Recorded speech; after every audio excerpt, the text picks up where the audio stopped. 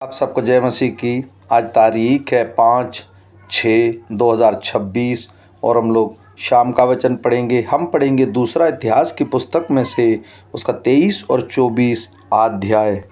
7वें वर्ष में यहोयादा ने हियाव बांधकर यहोराम के पुत्र अजर्या, योहानान के पुत्र इश्माइल, अबेदोदेद के पुत्र अजर्या, अदया के पुत्र मासेहा और जिक्री के पुत्र एलीशापात इन शतपतियों से वाचा बांधी। तब वे यहूदा में घूमकर यहूदा के सब नगरों में से लेवियों को और इज़राइल के पितरों के घरानों के मुख्य मुख्य पुरुषों को इकट्ठा करके यरूशलेम को ले आए।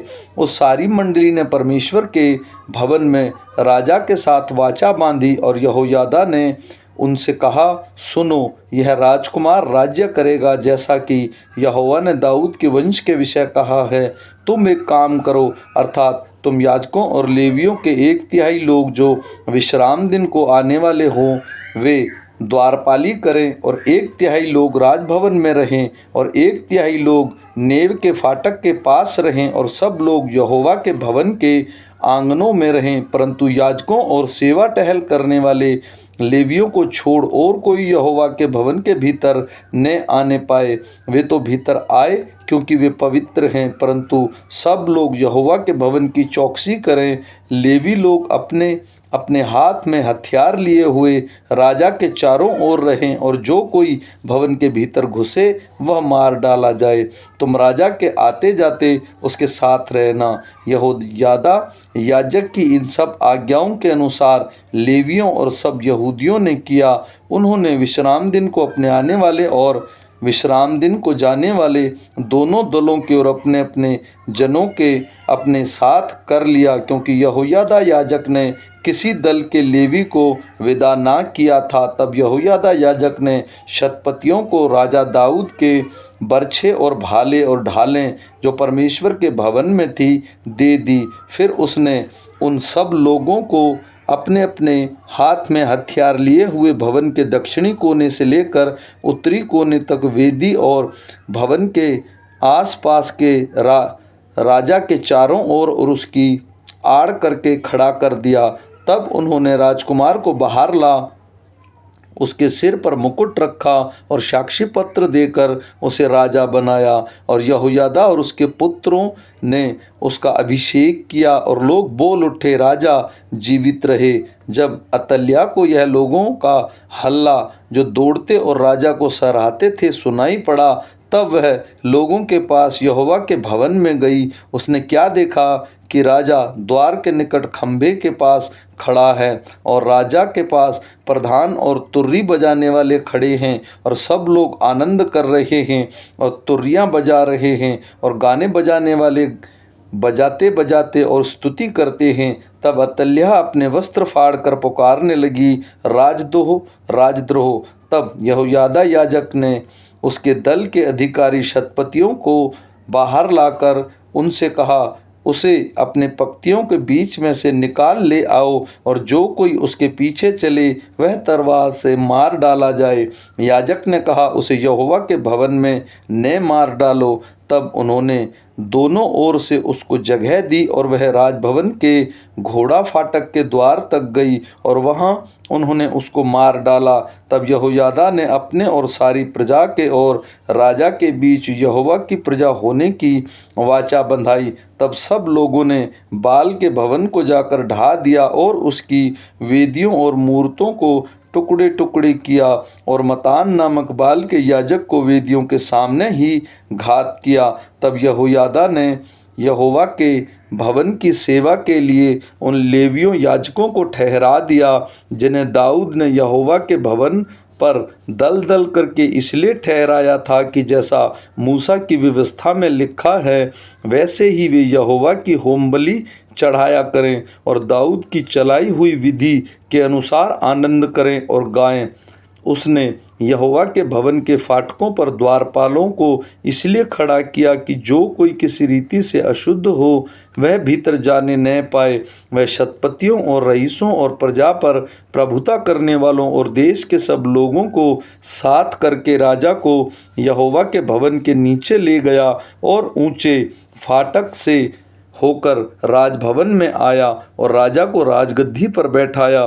तब सब लोग आनंदित हुए और नगर में शांति हुई। अतल्याह तो तलवार से मार डाली गई थी। जब योआश राजा हुआ तब वह 7 वर्ष का था और यरूशलेम में 40 वर्ष तक राज्य करता रहा।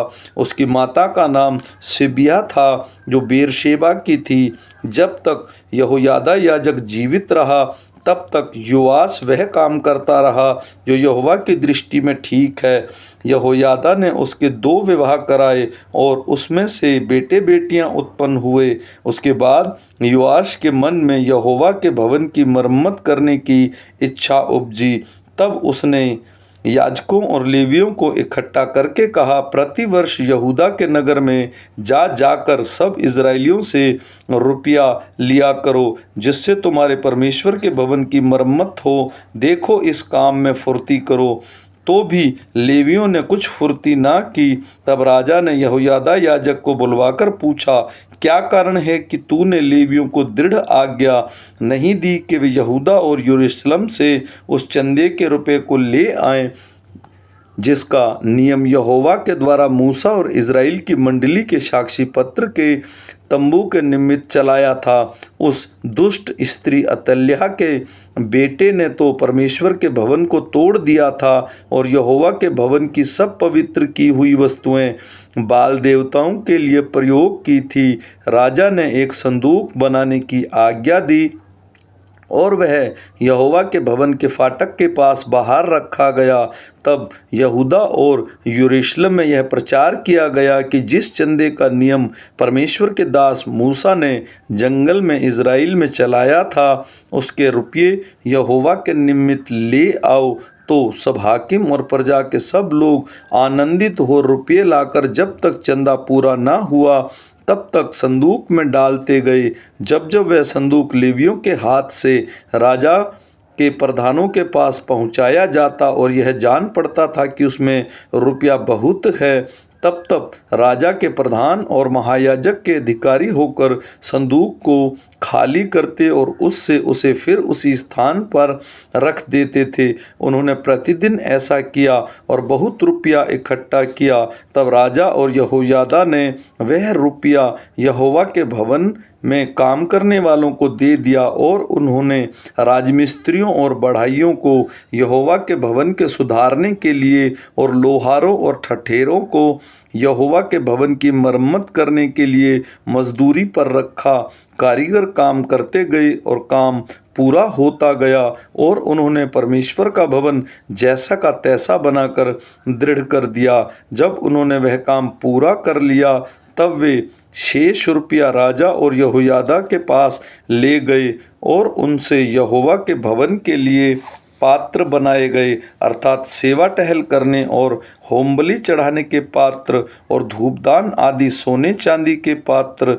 जब तक यहोयादा जीवित रहा तब तक यहोवा के भवन में होमबलि नित्य चढ़ाए जाते थे, परंतु यहोयादा बूढ़ा हो गया और दीर्घायु होकर मर गया। जब वह मरा तब 130 वर्ष का था। दाऊदपुर में राजाओं के बीच उसको मिट्टी दी गई, क्योंकि उसने इज़राइल में और परमेश्वर की ओर से उसके भवन के विषय में भला किया था। यहोयादा के मरने के बाद यहूदा के हाकिमों ने राजा के पास जाकर उसे दंडवत की और राजा ने उनकी मानी। तब वे अपने पितरों के परमेश्वर यहोवा का भवन छोड़कर आशुरों और मूर्तों की उपासना करने लगे।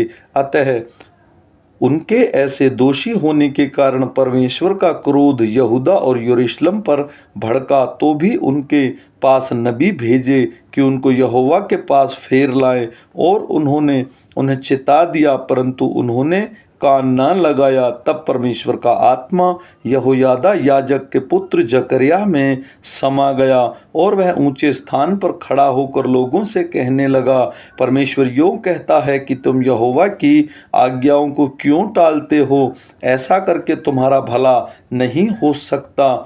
देखो, तुमने तो यहोवा को त्याग दिया है, इस कारण उसने भी तुमको त्याग दिया।